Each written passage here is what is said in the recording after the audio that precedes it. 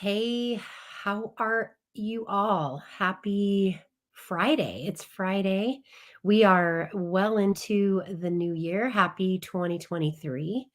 I'm super excited to come on today and talk about a couple things. There's a new month, we're in a new year, and we're in a new season, the winter season. We are going into with this new month of Tibet that we're about to enter, that we have entered into actually. So we are 13 days into the month of Tibet, and it has been a very I would say it has been an awesome holiday, and I really just engaged and was very present with family and friends, and really have been doing a lot of soul searching. And I'm really excited to see where God is taking self care, soul care. And there's a lot planned for the year. And we're going to kick it off with something we have not done before. And you might have already seen some posts about that. But we are going to do our January coaching, our winter coaching, as a 1 day workshop. And I am so excited about that. I attended a 1 day workshop last month, and I had been thinking about it, and it really solidified. This is so awesome. I loved it. I loved having that chunk of time set aside. And I know that we have loved doing the monthly where it's like 4 or 5 weeks. And every time we do the 2 hours, it's like at the end of that, it's never enough. It's never enough time. We get connected and we start sharing, and everybody breaks off into their groups, and we wish we had more time. So, this workshop is going to be so awesome. We have so much in store, and I'm going to talk about that at the end. So, first, I wanted to talk just a little bit about the year and the month, and then leading into the workshop. So this year we're in the year 5783 on the Hebrew calendar. And really what I love about this year, like prophetically, what's been being spoken over and about this year is that it is about divine recovery. So recovery, I love this whole concept in when we're thinking about that in the spiritual sense, that nothing in him, in God, is lost forever, right? Everything, God is all about recovery. He's all about restoration. And I love that. I really love that. One of the other things that I've heard with the different people that I have plugged into is that there are promises for the next generation, that what's being restored is for down the line. And in fact, I wanted to share this quote. Oh my gosh, I loved this so much. I wasn't planning on this, so hopefully I can find it. Yes. Okay, how cool is this quote? Too many people spend their lives being dutiful descendants instead of good ancestors.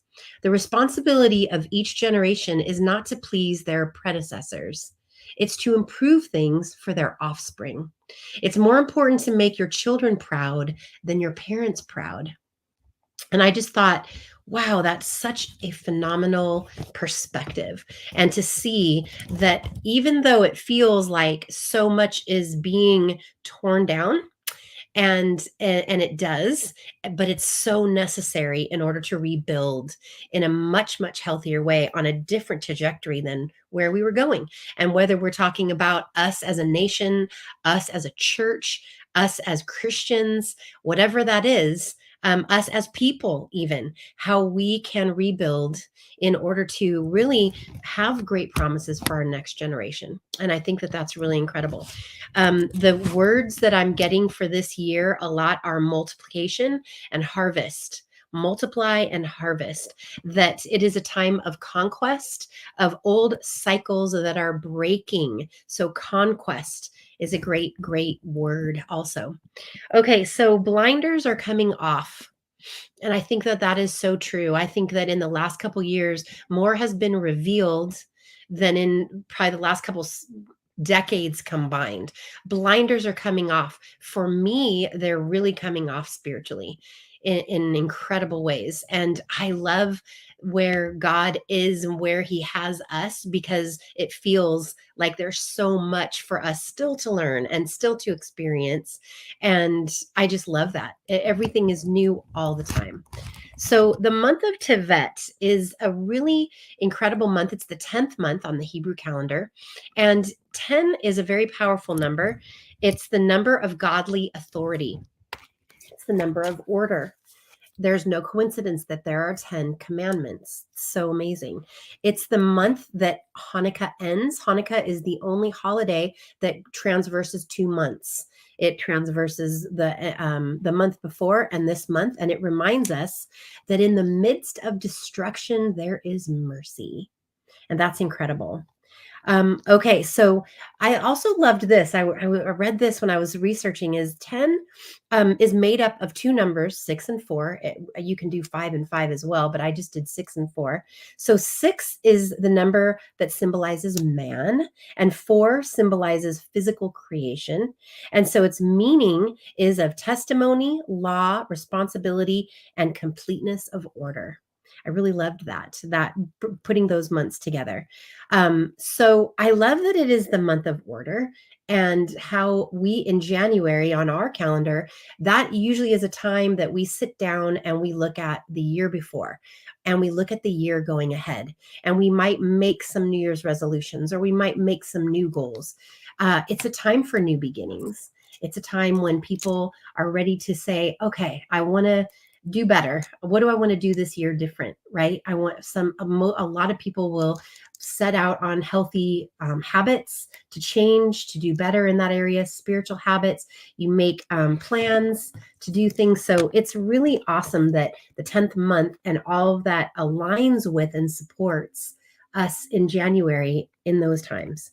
Okay, so the month of Tevet also, it starts the winter season, and it's the 3 months of Tevet, Shevat, and Adar.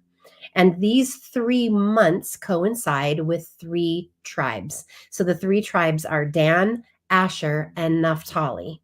So all the tribes are put on around the tabernacle, right? These 3 tribes were on the north of the tabernacle. So they were known as the rear guard. Very important. Very important. I mean, all the sides are important, right? But if you think about so much protection in that, so much protection and responsibility, they were the rear guard. I love that. Okay, so it's also connected to the Hebrew letter ayin, Ayin, and it's the picture of it is an eye. It's an eye. So it's a time to break alignments and agreements with things that keep you down, things that keep you tethered to insecurity and lack, right? Poverty mindsets. It's the year and the month also to break the power of an evil eye. So it's all about seeing what is true and having the awareness of what is evil and not aligning with that, coming out from, being awake from, all of those things. So what area in your life do you feel most defeated about? Is there an area that pops up for you? Is it your health? Is it your relationships? Is it a relationship with a spouse or a child, or your job, your career, your passions, yourself? What is that? Is there an area of your life that you feel defeated about? Because that is the very place that God is calling you to lean into and to find healing this year. And when I say that, can you honestly receive that? Can you receive the hope? We did a live a couple weeks ago on, is hope reasonable? Is it reasonable for me to have hope in God or in these areas? 100% yes, it is. So I love that, and I love the idea of having a great expectancy for how God is going to show up in this year and in this area of your life. Okay, so the other thing that this month is connected to, it's connected to Capricorn, the goat. So cool. So what comes up is hinds feet on high places. So God is enabling us to go into higher places in Him. So we want to declare right now that we are moving up. that we are going up, right? Psalm 18:33, it says, He makes my feet like the feet of a deer and sets me on high places. I love that. I love how everything is connected to a constellation, to a tribe, to a month, all of these things. And the sky tells us the stories. The story, it's so powerful. There's so much to learn.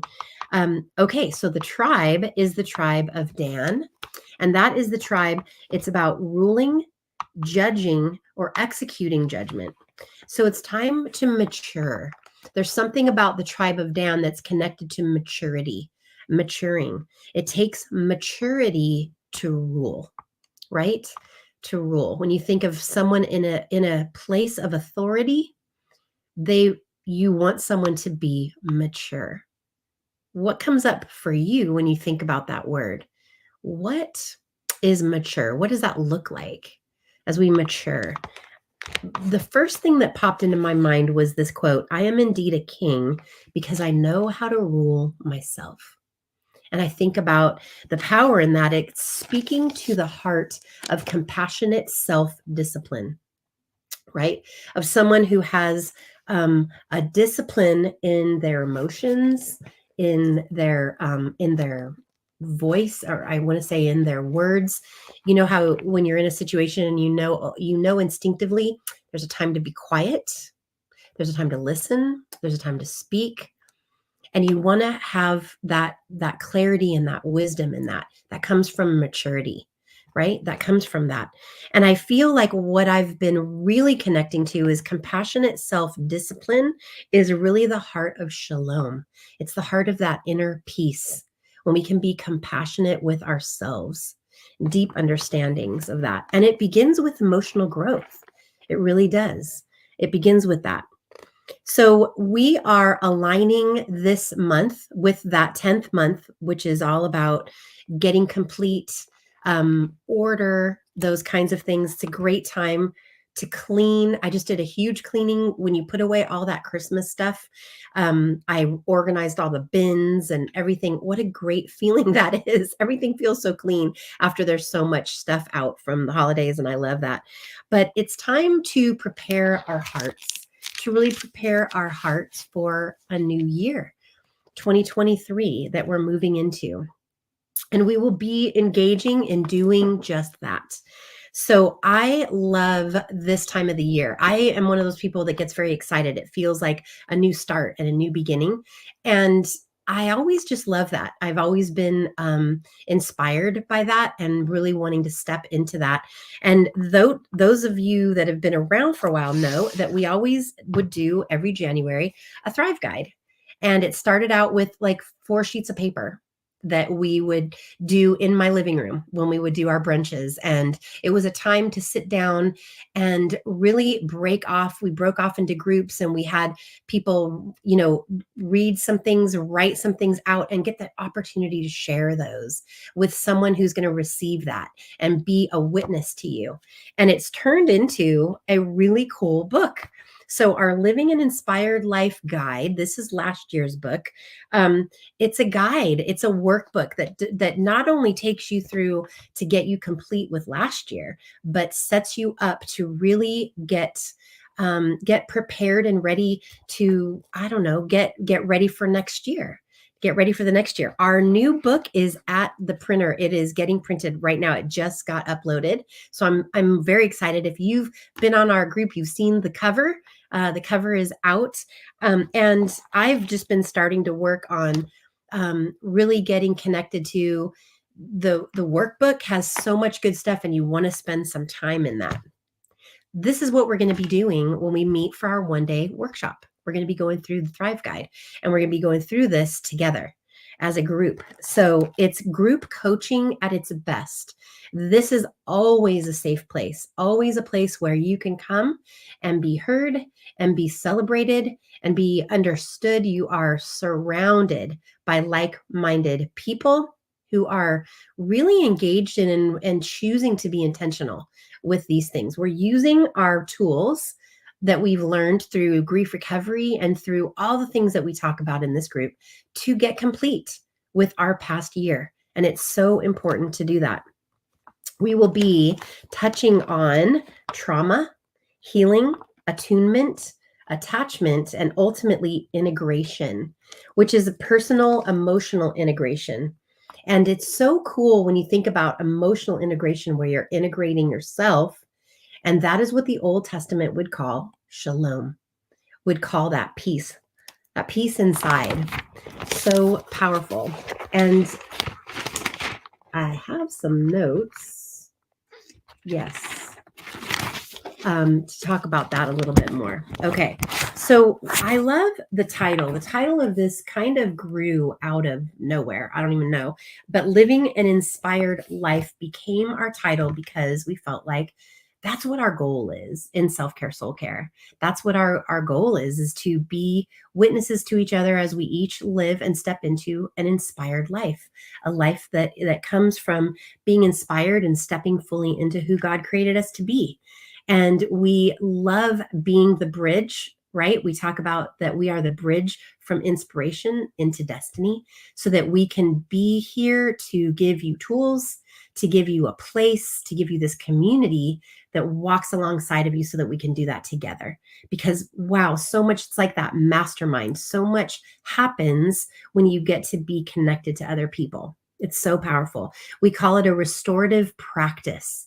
And what we want to do is create rhythms of restorative practices. And so what we do is we align with the seasons of God's calendar, the seasons of winter, spring, summer, fall, in order to do that. And we have restorative practices in all of those seasons. So it's really, I love how it just sort of was born. It kind of created as we went. So this is the ultimate in self-care. The ultimate in self-care is this restorative practice. So this is how we want to care for our hearts and our bodies as we go through change, of seasons, change of life. I'm in a new season where my daughter is out at school, and it's time to focus on the stuff that God is calling me into after 13 years of homeschooling. And it's really been awesome. So the human heart, I love this. This is John Eldredge stuff right here. So the human heart is the new temple or the new tabernacle, right? The human heart. That's where God and his spirit resides, in our hearts. So our human heart. So it's so important that we nurture that we take care of that we protect it, that we fight for it.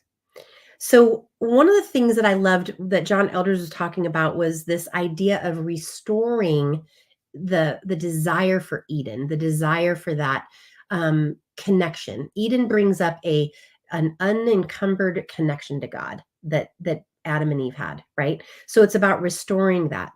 And one of the things that he pointed out is in the last couple of years, there's been so much happening, so much going on in the world, so much change, so much that feels like we're not sure what we're standing on. And he said the normal stuff that I used to do is not sufficient anymore to recharge. The effects of trauma has taken a toll. What normally prayer or hike or getting away would do just doesn't seem to cut it anymore. It doesn't seem to do it anymore. And so what we want to do is take it deeper. Take it deeper so that we have these restorative practices. If you are part of this group, you know that we have all kinds of deep meditations in here. There's courses in here on learning about your personality, things that can help you understand you better, which will help you connect to everyone better, and especially your relationship with God. So we love that.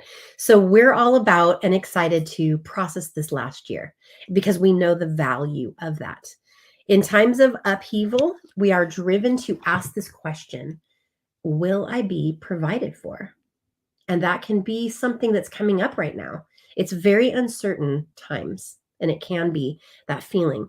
So we're triggered by trauma and loss. And in the way that the world has changed, it's global trauma. And this touches at the core of our being.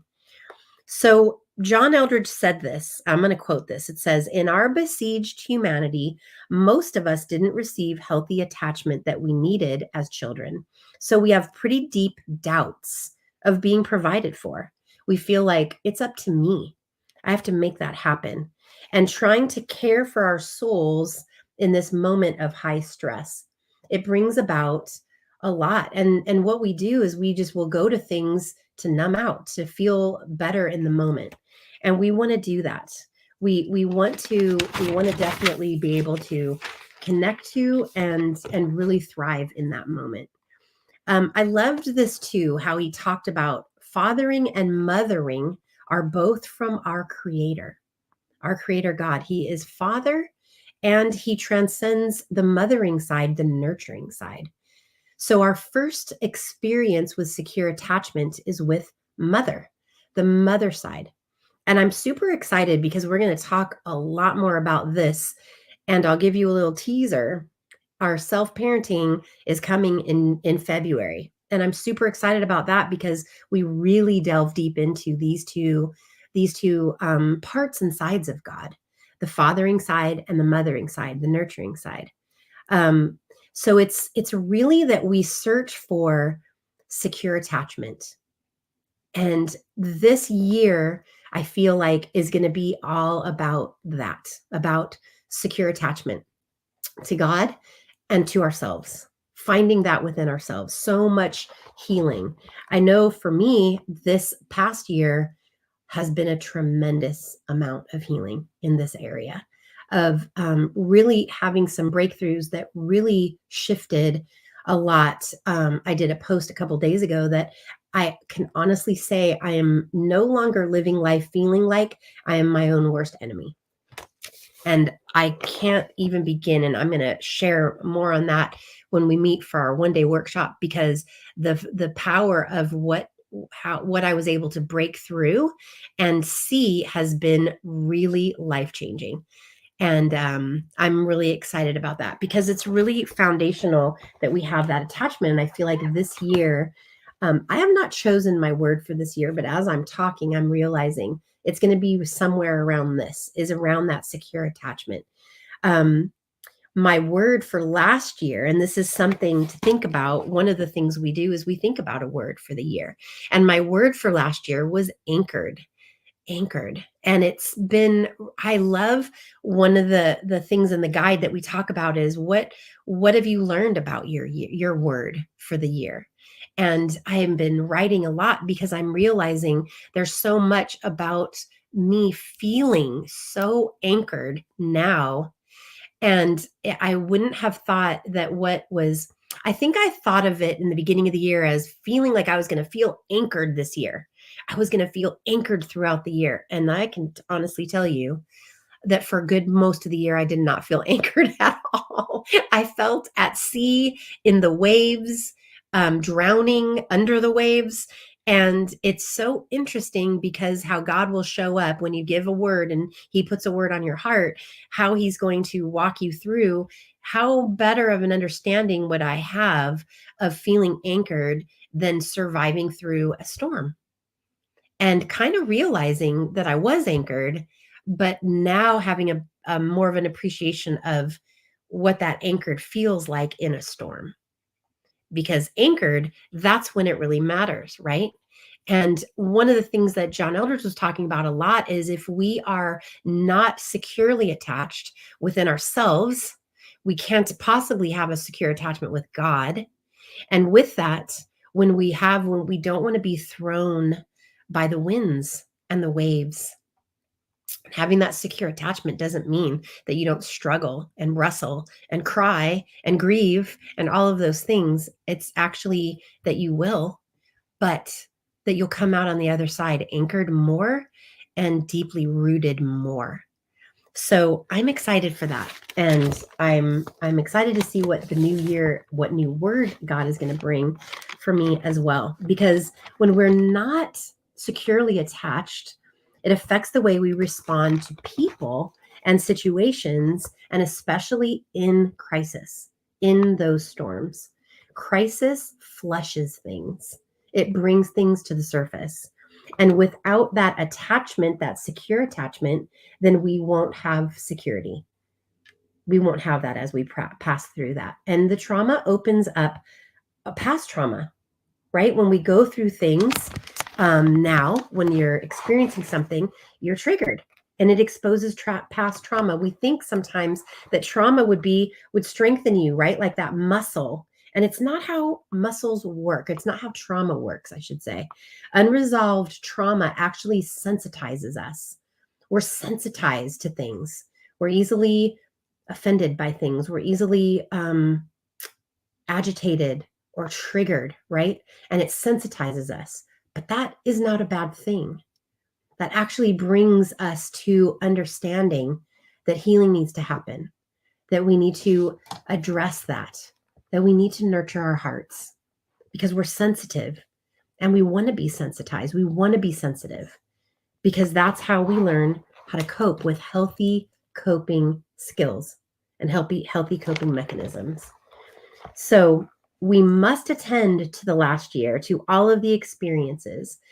And this is from John Eldredge. I loved how he said that. He said, you want to name the sorrows, name them and grieve them. And you want to celebrate the victories.